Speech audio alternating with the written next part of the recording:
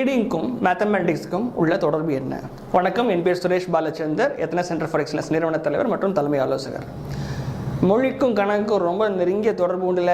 நீங்கள் இதை கற்றுக்கிட்டீங்கன்னா உங்களுக்கு அறிவியல் கணக்கில் பிரச்சனையே வராதுல அப்படின்னு சொல்லி எங்கள் தமிழ் வாத்தியார் ரொம்ப நாளாக சொல்லிட்டு இருப்பார்.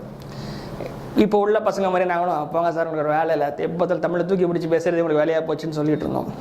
ஆனால் கொஞ்சம் வயசானதுக்கப்புறம் இந்த தொழிலுக்கு வந்ததுக்கப்புறமா சைக்காலஜியில் கொஞ்சம் ஈடுபாடு ஏற்பட்டு தொடர்ந்து படிக்கும்போது அவர் சொன்னதோட உண்மை முழு பரிமாணம் எனக்கு அப்போ தான் புரிஞ்சுது. ஏன்னா ஒரு மொழியோடைய கன்ஸ்ட்ரக்டும் மேத்தமேட்டிக்ஸ் அல்லது சயின்ஸ் அப்படிங்கிற விஷயத்தோட கன்ஸ்ட்ரக்டும் கிட்டத்தட்ட ரொம்ப சிமிலராக இருக்குது அப்படிங்கிறத நான் அப்போ தான் தெரிஞ்சுக்க ஆரம்பித்தேன்.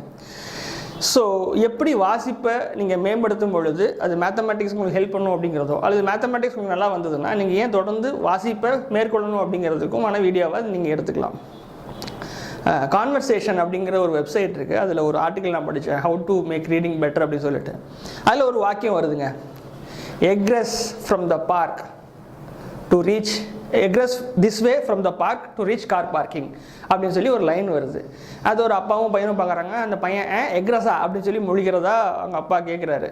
ஆக்சுவலி என்ன அர்த்தம்னா leave this way from the park to reach car parking அப்படின்னு அர்த்தம். டு லீவ் அப்படிங்கிறது எக்ரஸ் அப்படிங்கிற வார்த்தையோடைய ஒரு அர்த்தமாக இருக்குது. ஆக்சுவலி என்ன நடக்குதுன்னு பார்த்தீங்கன்னா ஒரு மொழியை கற்றுக்கிட்ட அடுத்த லெவல் என்ன பண்ணுறோம்னா ரீடிங் அப்படிங்கிற விஷயத்த எல்லாருமே சஜஸ்ட் பண்ணுவாங்க. ஏன்னா அதுதான் ஒரு மொழியோடைய ஆளுமையை தீவிரப்படுத்தும் அல்லது செழுமைப்படுத்தும் அப்படிங்கிறது பலவரோட கருத்தாக இருக்குது. ஸோ வாசிக்கும் பொழுது என்ன நடக்குதுன்னு பார்த்தீங்கன்னா ரெண்டு முக்கியமான ப்ராசஸ் நடக்குது. அது ஃபஸ்ட்டு ப்ராசஸ் பேர் டீகோடிங், ரெண்டாவது ப்ராசஸ் பேர் காம்ப்ரிஹென்ஷன்.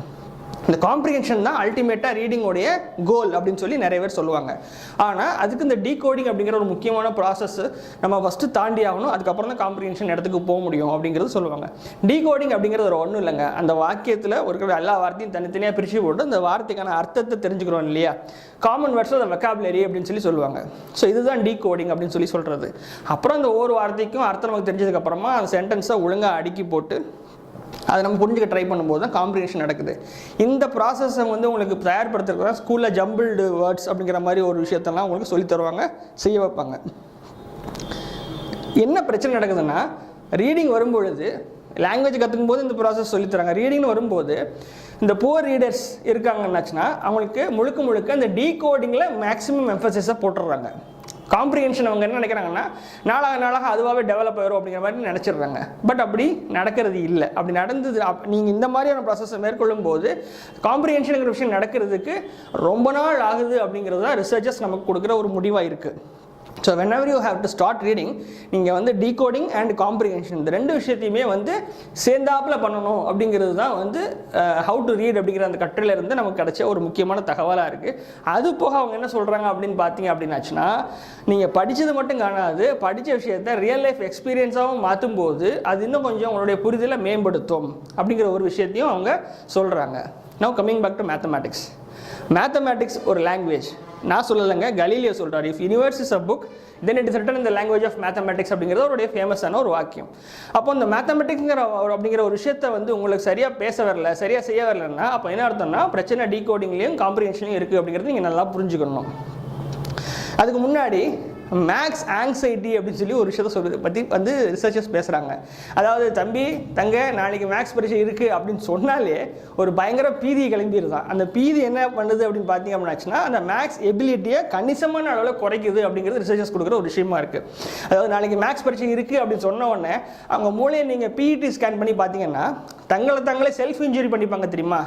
அந்த அப்படி செல்ஃப் இன்ஜுரி பண்ணும்போது எந்தெந்த நியூரான்ஸ்லாம் லைட் எரியுமோ அதே நியூரான்ஸ் நாளைக்கு மேக்ஸ் பரீட்சை இருக்குது அப்படிங்கிற தகவல் கிடைச்சா உங்களுக்கு லைட் எரியுதுங்களா. அந்த அளவுக்கு மேக்ஸ் ஆங்ஸைட்டி உருவாயிடுது. ஸோ இதில் ஆங்ஸைட்டி ஆகிறதுக்கு ஒன்றுமே இல்லை அப்படிங்கிற விஷயத்த முதல்ல நீங்கள் புரிஞ்சுக்கணும்.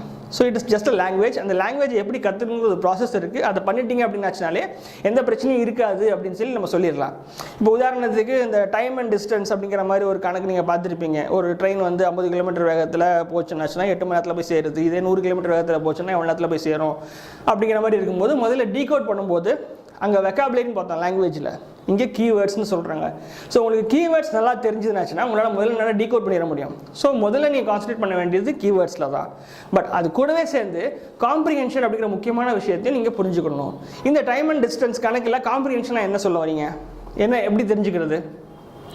டைமும் டிஸ்டன்ஸும் ஏதோ ஒரு வகையில் ரிலேட்டிவ் அப்படிங்கிற ஒரு புரிதல் ஏற்படுது பார்த்தீங்களா, அதுதான் என்னோட காம்ப்ரிஹென்ஷன். இந்த ரேஷியோவும் பெர்சன்டேஜும் ஏதோ ஒரு வகையில் வந்து தொடர்புடையது அப்படிங்கிறது ஒரு புரிதல் ஏற்படும். ஃப்ராக்ஷன்ஸும் பெர்சன்டேஜும் ஏதோ ஒரு வகையில் தொடர்புடையது அப்படிங்கிற புரிதல் ஏற்படும். இந்த 3 புரிதலை வச்சுட்டு அப்போ ரேஷியோவும் ஃப்ராக்ஷன்ஸும் தொடர்புடையதா அப்படிங்கிற கேள்வி உங்களுக்குள்ளே எழ ஆரம்பிச்சிடும். இப்படி தான் லாங்குவேஜ் பில்டிங் இருக்கும். அதே மாதிரி தான் இந்த மேத்தமெட்டிக்ஸும். இதை வந்து கான்செப்ட் பில்டிங் அப்படின்னு சொல்லி நமக்கு சொல்லுவாங்க. கான்செப்ட் அப்படின்னாச்சுன்னா தகவல்களை வந்து உள்வாங்கிட்டு அந்த தகவல்கள் வந்து வேற தகவல் கூட தொடர்புடையதாங்கிறத ஆராய்ஞ்சு பார்த்து அப்படி இருக்கா இல்லையான்னு நம்ம செக் பண்ணி வெரிஃபை பண்ணி நம்மளே ஒரு முடிவுக்கு வரதுக்கு பேர் தான் கான்செப்ட்ஸ் அப்படின்னு சொல்லி சொல்கிறது. ஸோ இந்த கான்செப்ட்ஸை பில்ட் பண்ணி படிக்கிறதுக்கு பேர் தான் மேத்தமெட்டிக்கல் ஸ்டடி அல்லது சயின்டிஃபிக் ஸ்டடி அப்படின்னு சொல்லி சொல்கிறாங்க.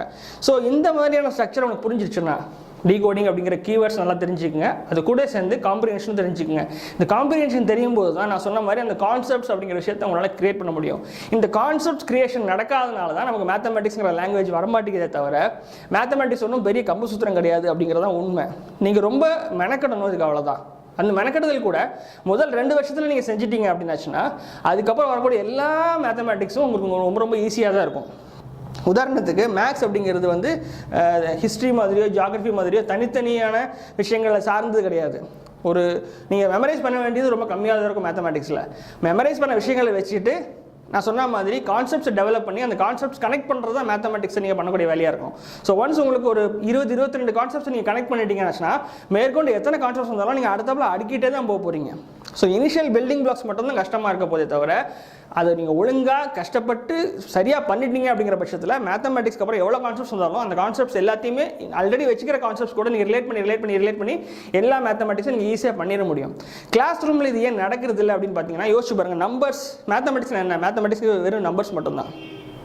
நம்பர்ஸ் தான் மேத்தமெட்டிக்ஸாக இருந்தது பல காலகட்டத்தில்.